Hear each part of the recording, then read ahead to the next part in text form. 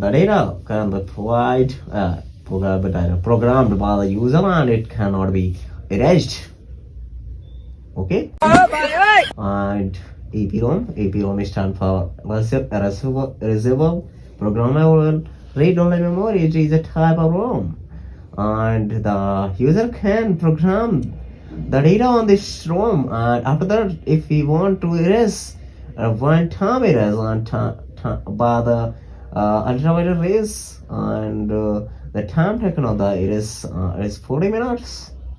And EPROM is stand for Erasable Electrical Erasable Programmable Read-Only Memory. It is a type of also third part of the ROM, and user can program the data, and after that he wants to erase with the help of the electrical field. There is no need of the ultraviolet rays. The electrical field, you can provide the electrical field and the data will be erased.